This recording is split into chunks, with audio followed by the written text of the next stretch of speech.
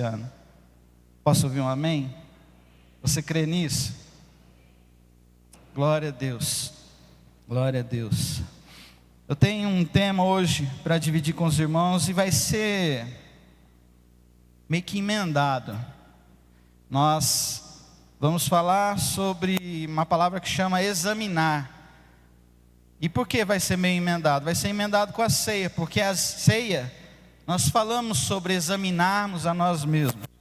E o tema que eu propus é avalie-se antes de recomeçar. O texto principal é um texto que Paulo diz lá na primeira carta aos Coríntios, capítulo 11, versículo 28, que diz: examine-se, pois, o homem a si mesmo, e assim coma do pão e beba do cálice. Confesso para os irmãos que eu não me lembrava o contexto dessa palavra de Paulo, quando ele vem para a igreja de Corinto. A igreja de Corinto era uma igreja bem problemática. Ela era uma igreja cheia de problemas. Existiam problemas com relação a relacionamento, casamento, pecados de natureza sexual, problemas com o alter ego, pessoas que se sentiam melhores do que outras. Existiam problemas com pessoas que também retinham a sua vida financeira. Existiam vários problemas. Mas o contexto do capítulo 11 é um contexto interessante, porque Paulo ele está tratando aqui um assunto onde se inicia com os irmãos, com os cristãos, se reunindo numa festa que chamava Festa do Amor, ou Festa Ágape. Então a igreja se reunia para fazer essa festa, mas existia algo bem incômodo que acontecia com eles. É que aqueles que eram mais abastados não ligavam para aqueles que eram menos abastados. Aqueles que tinham mais poder aquisitivo não davam importância para quem tinha menos poder aquisitivo. Paulo ele começa a tratar esse assunto, mas ele traz um contexto bem interessante com a ceia, porque ele fala: olha, é o seguinte, vocês não estão entendendo. A partir do momento que vocês estão em unidade uns com os outros, vocês já estão praticando a ceia do Senhor. Vocês já estão, como cristãos, celebrando a unidade do corpo de Cristo. Aí depois ele afunila um pouco, é onde a gente vai entrar. Capítulo 11, versículo 17. Começa dizendo assim: nisto, porém, que vos prescrevo, não vos louvo, porquanto vos ajuntais, não para melhor, e sim para pior. Porque antes de tudo estou informado haver divisões entre vós, quando vos reunis na igreja, e eu em parte o creio, porque até mesmo importa que haja partidos entre vós, para que também os aprovados se tornem conhecidos em vosso meio. Quando, pois, vos reunis no mesmo lugar, não é a ceia do Senhor que comeis, porque ao comerdes cada um, toma antecipadamente a sua própria ceia, e há quem tenha fome, ao passo que há também quem se embriague. Ele estava aqui trazendo um contexto de que cada um vivia a sua própria vida, cada um fazia as coisas do jeito que lhe queria, do jeito que lhe aprazia, da melhor forma como eles achavam. É interessante que eu fiz algumas anotações sobre o contexto da ceia em vários outros aspectos e o que outros teólogos falam. Eu achei algo muito interessante. Eu estava ontem na casa de um casal que me apresentaram um devocional de John Stott, e eu gostei de uma palavra que ele fala sobre a ceia, onde ele diz que a ceia ela tem 3 aspectos. A primeira dela é a centralidade da morte de Jesus. Jesus queria ser lembrado pela sua morte. O que Paulo estava trazendo aqui é que os cristãos, quando se reuniam para poder comungar da unidade, eles se esqueciam de que tudo aquilo só estava sendo possível porque alguém havia morrido pela vida deles, alguém havia entregue a sua vida por causa deles. Então ele fala que a ceia ela tem o aspecto da centralidade da morte. Esse autor John Stott, ele fala também que a ceia tem o propósito de falar sobre a morte. Alguém entregou a vida por mim e por você. Isso precisa ser levado muito em consideração quando eu penso que eu sou melhor do que o outro, ou quando o outro não tem valor. E ele fala também que a ceia ela tem um propósito de entender que as bênçãos recebidas são extremamente soberanas, poderosas. Porque ele fala que enquanto Jesus partiu o pão, ele dava aos discípulos. Era Jesus se entregando aos seus. Quando eu entendo o que é ceia, o que é cear, isso se torna algo tão profundo na minha vida, que não basta eu vir no primeiro domingo do mês para eu fazer o meu ritual. Eu vou fazer isso toda hora que eu estiver reunido. Em todo momento que eu estiver em comunhão, eu vou me lembrar do sacrifício que Ele fez por mim. Eu vou me lembrar de que Ele se entregou por mim, e de que eu tenho acesso ao trono do Pai por causa da entrega de Jesus. Porque Ele entregou o seu corpo, a sua vida. O seu sangue foi derramado, perdoando os meus pecados. Então é legal o que esse autor fala. E Paulo, ele dá um contexto aqui para a igreja, dizendo, olha, não comecem fazendo as coisas erradas. E eu achei interessante a gente começar o ano falando sobre isso. E entenda, irmãos, não é uma palavra onde você tenha que se sentir cobrado, mas é uma reflexão onde a gente tenha que examinar como a gente tem feito as coisas até aqui,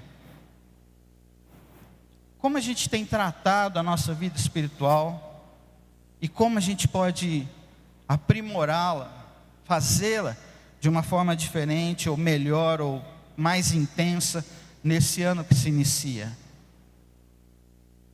Como foi as suas experiências ano passado? Quais foram as experiências que cada um de nós tivemos com Deus e que esse ano nós gostaríamos de intensificá-las? Eu sempre falo que o ano de 2023 foi o pior ano da minha vida, mas é o seguinte, eu decidi deixar esse ano para trás, e eu quero fazer do ano de 24 um ano de bênção na minha vida, e eu quero que o Senhor me dê capacidade, que o Senhor me dê mente saudável, que o Senhor me dê um coração quebrantado, para eu todo dia e todo momento fazer com que a palavra dele entre na minha vida e eu possa frutificar daquilo que ele está gerando em mim. A decisão está em cada um de nós. Avalie-se para recomeçar. Como nós podemos tornar o nosso ano diferente? Como nós podemos tornar o nosso ano mais intenso no Evangelho, na Palavra de Deus? E eu fiz uma pergunta, o que significa examinar-se? E o primeiro aspecto que veio para mim, examinar-se a si mesmo é, em primeiro lugar, buscar saber se tenho vivido o Evangelho em sua integralidade.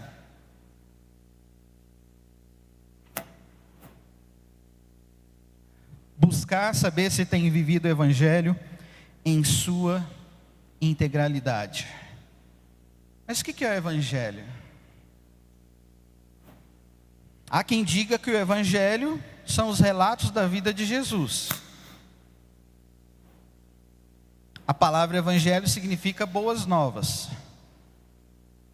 Para mim e para você, quando a gente fala em Evangelho, eu me lembro de Efésios 2:8. Porque pela graça sois salvos, mediante a fé. Isso não vem de vós, é dom de Deus. Então peraí, Evangelho para mim é a graça de Deus me alcançando, é a boa nova que me alcançou, que me resgatou, que olhou para a minha vida e falou, esse cara aqui, esse gordinho aqui, não presta para nada, mas eu vou salvar ele. Eu vou salvar ele. E aí quando eu entendo o que é salvação e o que é fé, mas espera aí, o que é fé? Se eu entendo que o Evangelho é essa graça salvadora, é essa graça que me alcançou, e é essa fé que é gerada em mim, então eu preciso entender que essa fé, ela vem conforme Romanos 10:17, a fé vem pelo ouvir, e ouvir o quê? Ouvir o quê? A palavra de Deus. E quando eu ouço a palavra de Deus, eu me lembro também o que Paulo fala em Romanos 1,16, porque eu não me envergonho do Evangelho, que é o poder de Deus. Então, para mim, quando eu falo buscar saber se tem vivido o Evangelho em sua integralidade, eu estou pensando em viver o Evangelho, que é o poder de Deus na minha vida, que é a relação da salvação da minha vida, que é a minha fé depositada em Jesus. Como eu tenho vivido essa fé nesses dias? Alguns textos me chamaram muita atenção nessa reflexão. Um deles é Efésios 4, de 2-6, que diz: sejam completamente humildes e dóceis, e sejam pacientes, suportando uns aos outros com amor. Façam todo o esforço para conservar a unidade do Espírito, pelo vínculo da paz. Há um só corpo e um só Espírito, assim como a esperança para a qual vocês foram chamados é uma só. Há um só Senhor, uma só fé, um só batismo, um só Deus e Pai de todos, que é sobre todos, por meio de todos e em todos. Quando eu me lembro do Evangelho, eu me lembro do poder de Deus, eu me lembro desse resgate sobre a minha vida, mas eu também me lembro de que eu preciso ser bênção na vida de todos, ser bênção onde eu estiver, como a palavra diz, ser humilde, dócil, paciente, suportando uns aos outros em amor. Talvez esse vai ser o ano onde eu e você vamos ser colocados à prova com relação aos nossos relacionamentos. E eu sempre falo isso. Algumas pessoas às vezes me perguntam: Adriano, mas o que você acha da igreja tal, da igreja tal?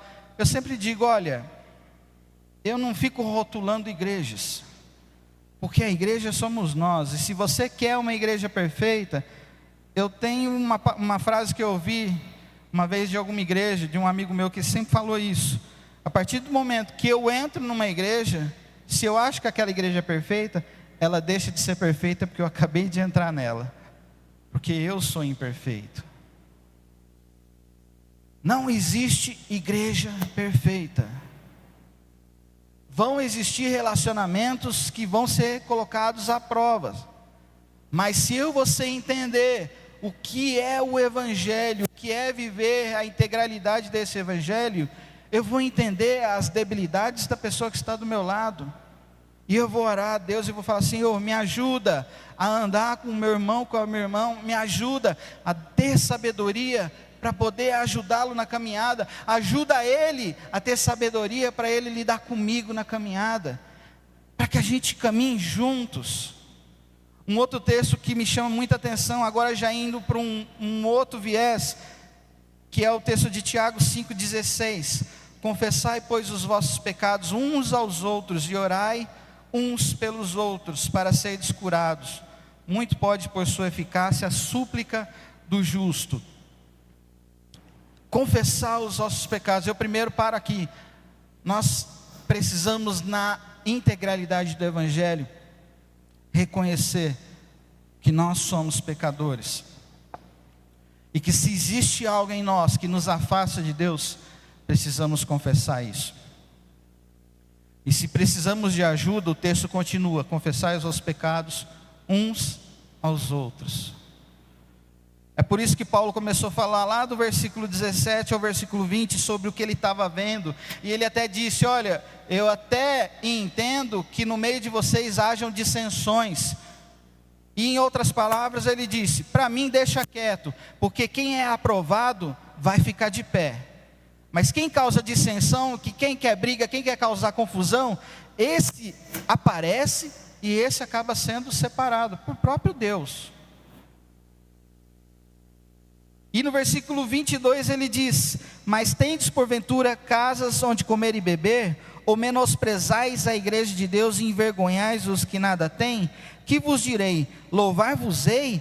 Nisto certamente não vos louvo. Aqui ele estava dizendo: olha, igreja, se vocês se reúnem para viver um evangelho particular, para viver uma religião particular, aqui eu estou falando a religião agora no seu conceito, na sua essência boa, no religar-se com Deus. Se nós queremos caminhar no ano de 2024, numa vida independente, afinal de contas, que evangelho é esse que nós estamos vivendo? Busque viver o evangelho na sua integralidade.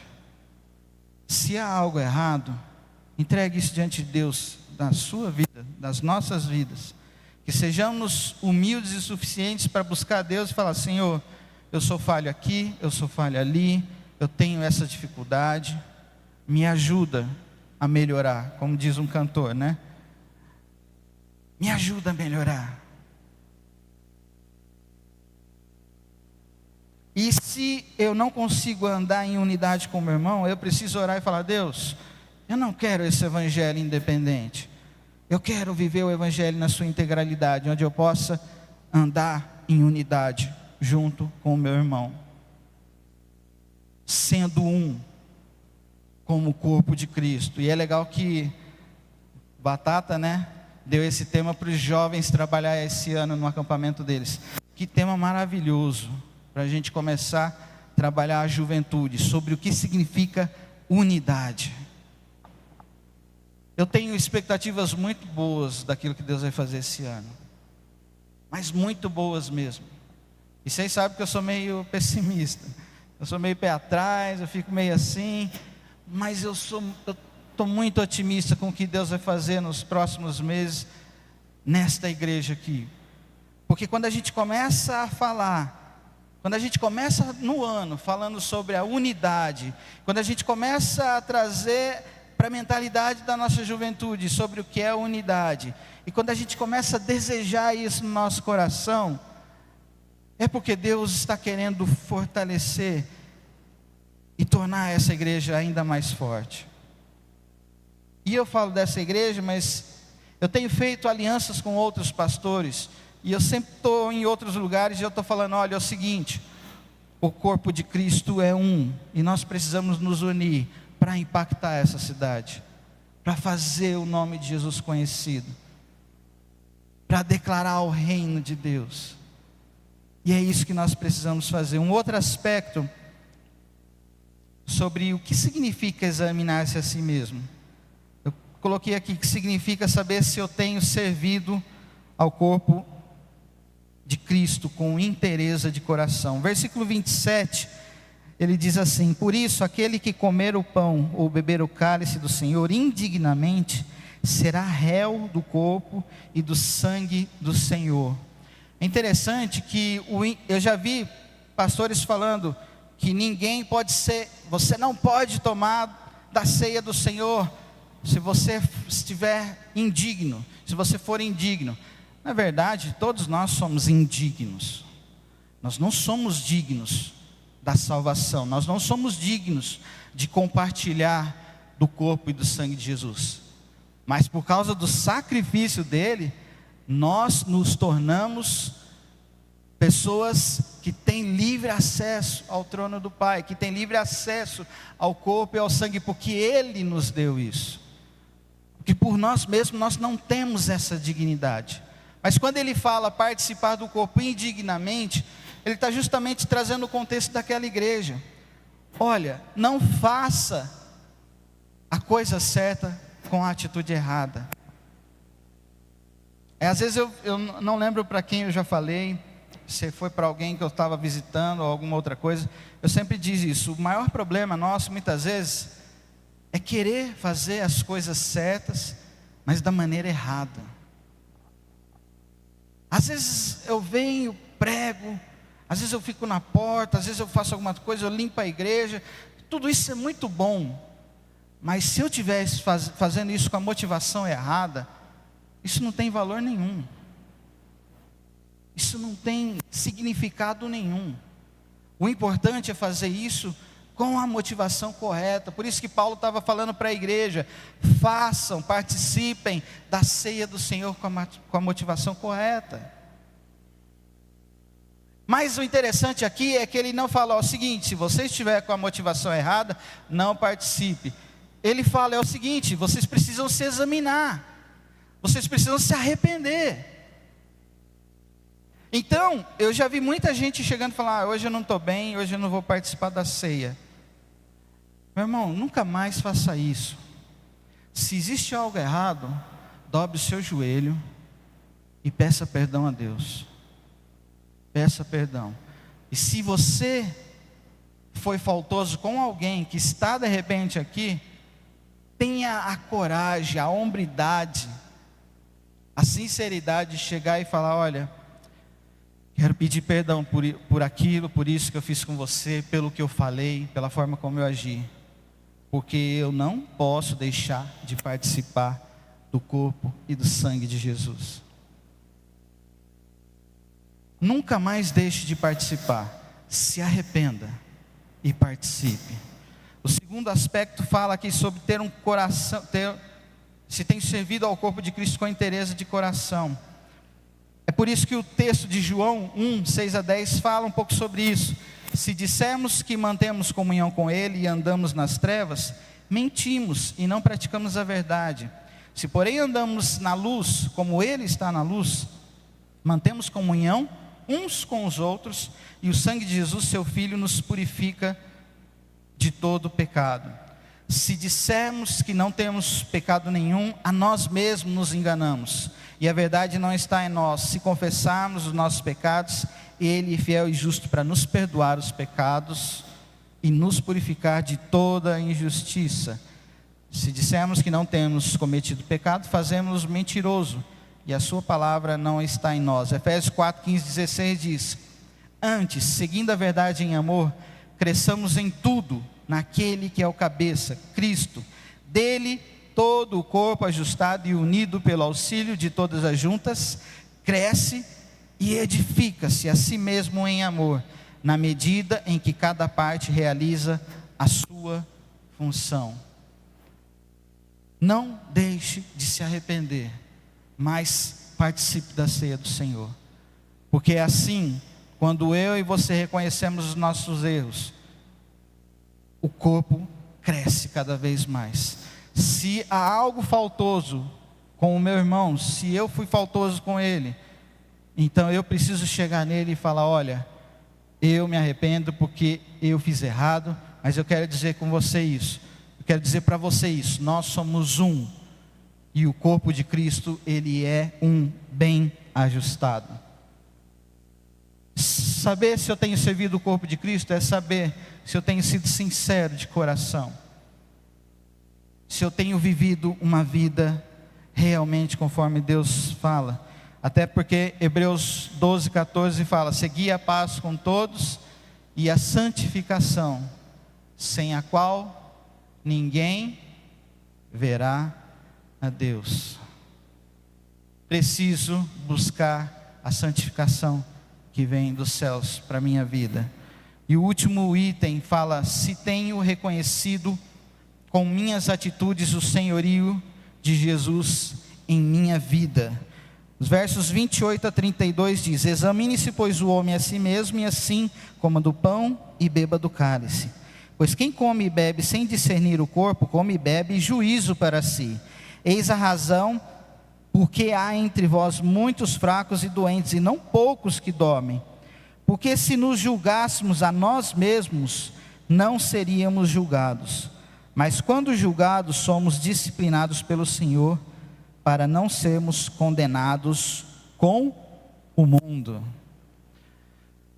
Examine-se, tanto aqui no momento de ceia, mas quanto no momento diário das nossas vidas. Se há algo que precisa ser confessado, que confessemos ao Senhor. O texto de 2 Coríntios 13, 5 fala: examinai-vos a vós mesmos, se realmente estáis na fé, provai-vos a vós mesmos, ou não reconheceis que Jesus Cristo está em vós, se não é que já estáis reprovados. É interessante que esse é um contexto onde Paulo está visitando a igreja de Corinto. Não me lembro se é aqui a segunda ou a terceira visita dele, mas ele teve que ir 3 vezes lá, para falar: gente, é o seguinte, façam a coisa certa, façam a coisa correta, hajam de forma sóbria. E aí alguns teólogos falam que essa última parte do versículo soa como uma ironia de Paulo: se não é que já estáis reprovados. É Paulo dizendo: vocês já sabem que vocês precisam examinar a vida de vocês. Vocês não entendem o que Jesus fez por vocês naquela cruz? Será que vocês não caiu a ficha de que Ele já fez tudo por nós? O que nós precisamos é corrigir as nossas condutas diárias, corrigir o nosso caminho, não olhar para a direita e para a esquerda e falar: o meu alvo é Jesus, e eu vou prosseguir, e eu vou avançar, e eu não vou me desviar do caminho.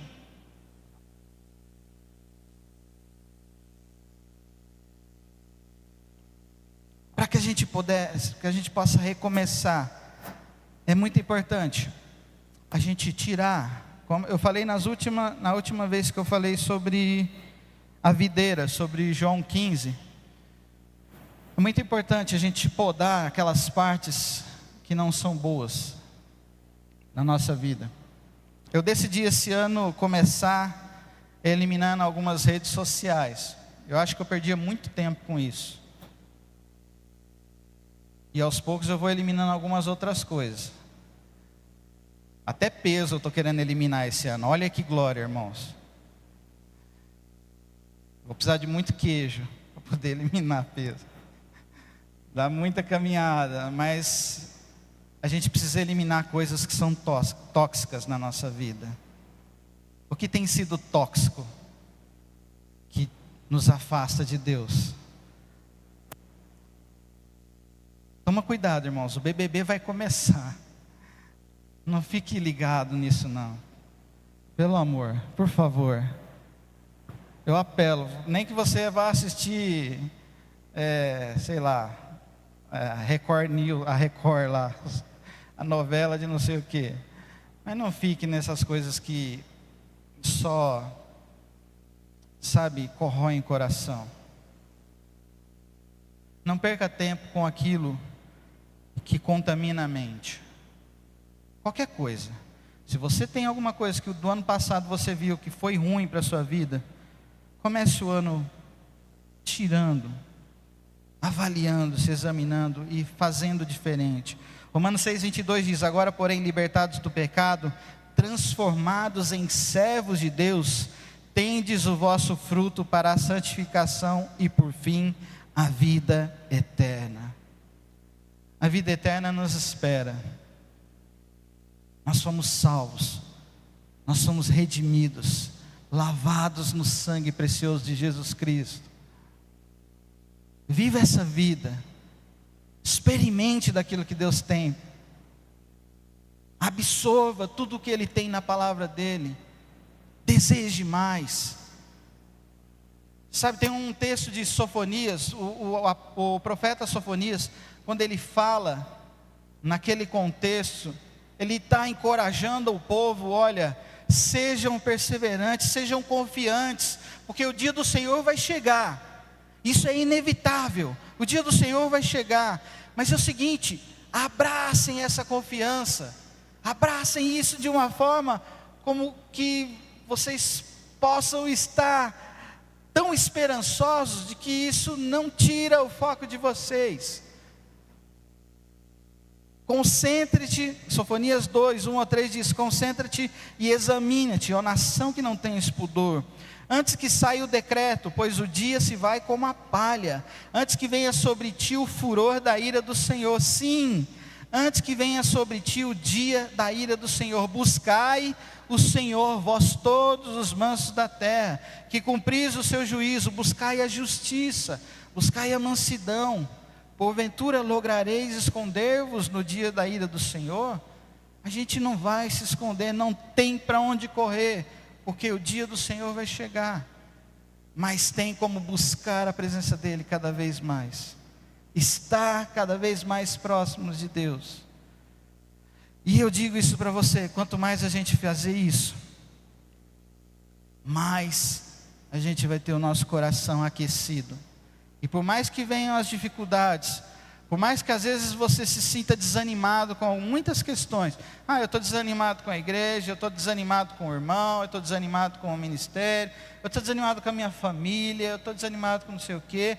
Eu vou dizer isso para vocês aqui nessa manhã: quanto mais a gente busca Deus, nosso coração mais está aquecido, e Ele nos dá sabedoria para poder lidar com essas adversidades. O que nos falta, meus amados, nessa manhã, eu digo para vocês, o que nos falta é sabedoria para lidar com os problemas. Mas a palavra de Deus também diz: aquele que quer sabedoria, peça a Deus. Eu tenho certeza que vocês vão usufruir de grandes bênçãos aqui. Mas examina como você tem vivido o Evangelho. Examina como você tem servido o corpo de Cristo, como você tem sido corpo de Cristo. E examina como eu tenho reconhecido com minhas atitudes o senhorio de Jesus em minha vida. Para a gente concluir, eu não vou ler o último texto aí, mas para a gente concluir, um bom autoexame, uma autorreflexão de quem temos sido e quem Deus deseja que sejamos, pode fazer toda a diferença neste novo ano que se inicia.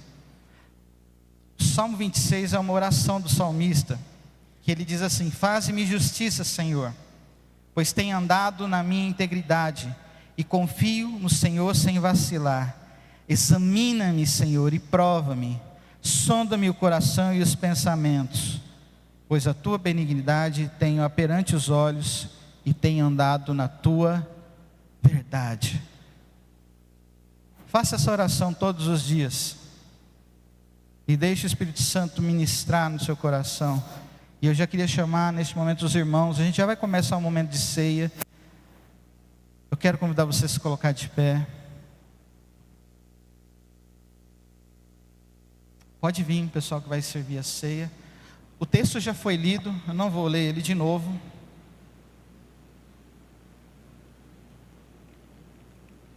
Mas lembre-se, compartilhar do corpo de Cristo é você fazer memória do sacrifício, é você trazer à memória o perdão dos